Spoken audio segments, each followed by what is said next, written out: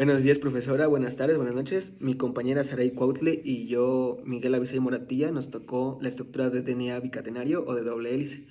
Bueno, ¿cómo se puede definir esta estructura? Esta estructura se puede describir como una molécula de DNA, desoxirribonucleic acid, por sus siglas en inglés, o ADN, que es ácido desoxirribonucleico. Bueno, esta está constituida por dos cadenas de polinucleótidos, muchos nucleótidos, estructuras que se describirán más adelante, en secuencias complementarias y entrelazadas de tal forma que al juntarse forman una doble hélice. Presentamos el modelo tridimensional propuesto por James Watson y Francis Crick, que corresponde a la forma B del DNA. Es la más común en las células y la más estable que puede adoptar un DNA bajo condiciones fisiológicas. Bueno, esta estructura tiene dos hebras y cada hebra tiene una estructura principal denominada por grupos alternados de azúcar y fosfato.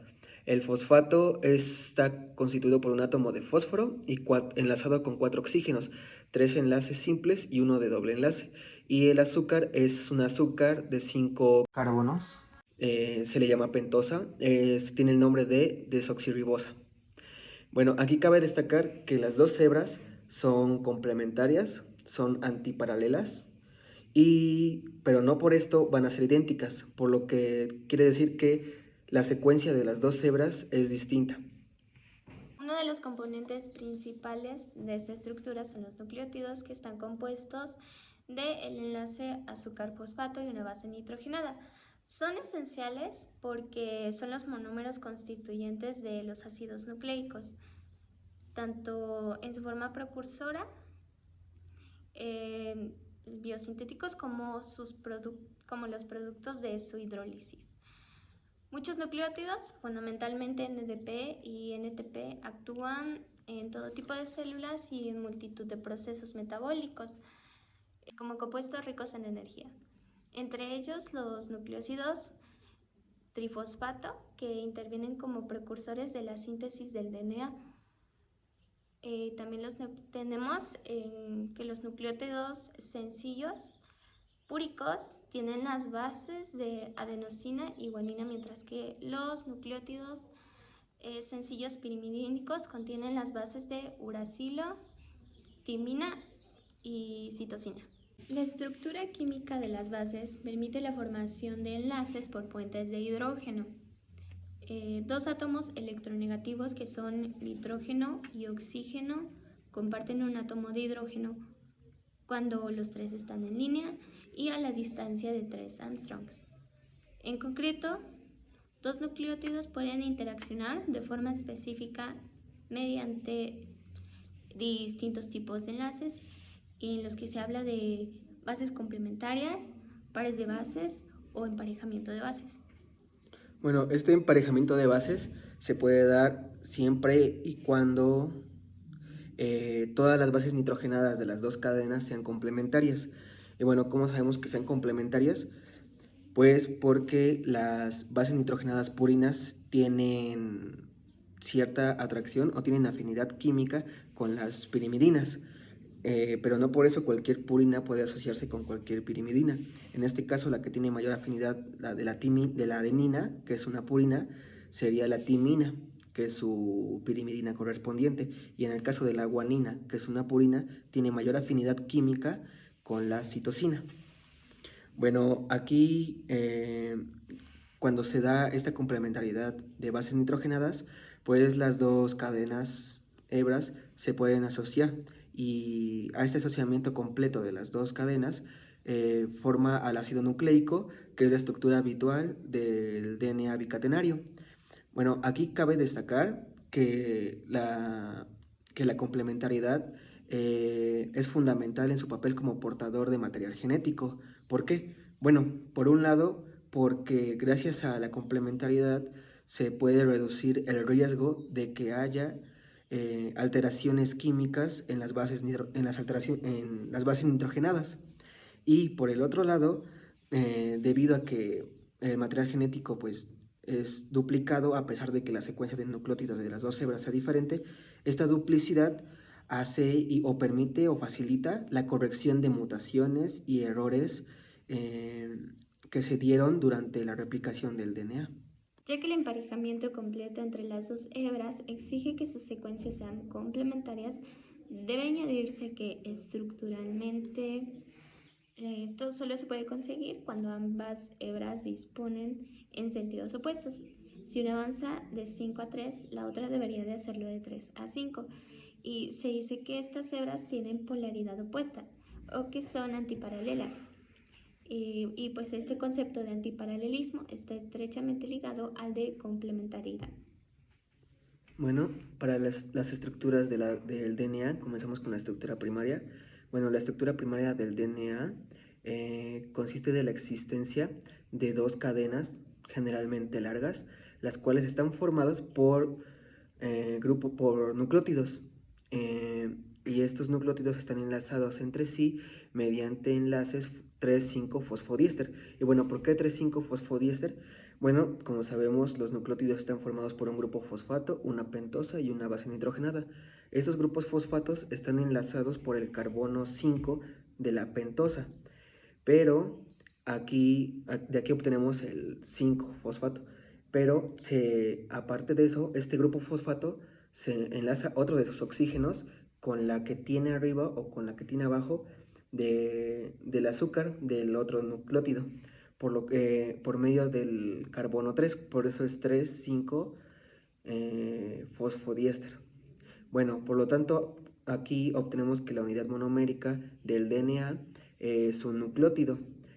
Y así podemos también definir al ácido nucleico como la polimerización de nucleótidos o polinucleótidos, eh, los cuales tienen un esqueleto lineal formados formados por varias unidades alternadas de fosfato y azúcar, como lo dije anteriormente, que serían la parte constante de la secuencia y que de ella se desprende la base nitrogenada que está enlazada con la pentosa por un enlace N-glucosídico, la cual esta base nitrogenada sería la parte variable y la cual esta parte sería la que definiría la secuencia del DNA. Bueno, aquí por convenio la secuencia siempre se indica en la dirección 5,3. ¿Qué quiere decir esto? Que siempre que del lado izquierdo se pone el extremo 5P terminal, que sería 5-fosfato terminal, y del lado derecho sería 3 terminal o 3OH terminal, que es el OH de la pentosa. Bueno, aquí entonces tendríamos que la primera estructura del DNA sería la secuencia de nucleótidos, eh, los cuales, como dije, están unidos por enlaces fosfodiéster. Y después la segunda sería la que consta de las dos cadenas, y la tercera sería el superenrollamiento. Tenemos que entender que los ácidos nucleicos no se encuentran en las células en las formas extendidas correspondientes a su estructura primaria y secundaria, sino que molecularmente más compactas, lo que se ha denominado a nivel estructural de orden superior. En el caso del DNA, parte de esta compactación o condensación viene representado por el denominado superenrollamiento o el retorcimiento de la cadena sobre sí misma.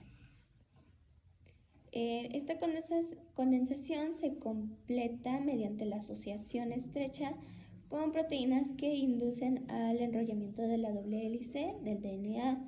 La contribución de esta asociación con proteínas tiene relevancia especial en el caso del DNA nuclear eucariótico. Concretamente contribuye a explicar cómo un DNA de gran magnitud puede alojarse en el interior de la célula, en el caso de las procariotas, o en el núcleo, en el caso de las eucariotas, cuyas dimensiones son diferentes a la longitud teórica del DNA de doble hélice. Bueno, localización celular. Bueno, en eucariotas, que son aquellas células que tienen o poseen un núcleo verdadero, el DNA se encuentra dentro de un área compartimentalizada dentro de este núcleo. Bueno, debido a que la célula es muy pequeña y porque los organismos tienen muchas moléculas de DNA por toda la célula, cada molécula de DNA debe estar empaquetada de forma muy compacta y precisa. Esto es solo en las células eucariotas. En las células procariotas, debido a que carecen de núcleo, el material genético se encuentra en una región denominada y conocida como nucleoide. Bueno, seguimos con el siguiente punto, que será la superficie. Bueno, la geometría de los pares de bases y el antiparalelismo de las hebras son necesarios para la formación de los puentes de hidrógeno. Hacen que los carbonos C1 terminal, pues de los azúcares de los nucleótidos complementarios, no se dispongan simétricamente con respecto a las bases. Y por ello es que los esqueletos desoxirribosa fosfato de las dos cadenas no se sitúen en puntos diametralmente opuestos de la doble hélice. Como consecuencia, a lo largo de la estructura de la doble hélice, se forman surcos de diferentes dimensiones, uno mayor o de hendidura profunda y otro menor, de hendidura pequeña, que van girando de forma helicoidal, al igual que los esqueletos. Bueno, pues los surcos, especialmente el mayor, dejan espacio suficiente para que las moléculas externas puedan contactar con los pares de bases. Este es el fundamento de la interacción del DNA con numerosas proteínas que son capaces de reconocer las secuencias de bases con funciones tan importantes como la regulación de la expresión génica, por ejemplo, en los factores de transcripción. Bueno, así, en cierto modo, pues es como si las proteínas leyeran la secuencia a través de los grupos funcionales de las bases que asoman dentro del surco mayor del DNA. Bueno, las dimensiones del surco mayor son adecuadas para que entre en ellas una hélice alfa de una proteína o una tercera hebra de DNA. Y bueno, pues en conclusión tenemos que el modelo de Watson y Crick de la doble hélice permite explicar que se mantenga una estructura regular a pesar de la variación de secuencia y que con esto se produzca mediante un mecanismo muy simple la duplicación del material genético. Y pues eso sería todo. Muchas gracias.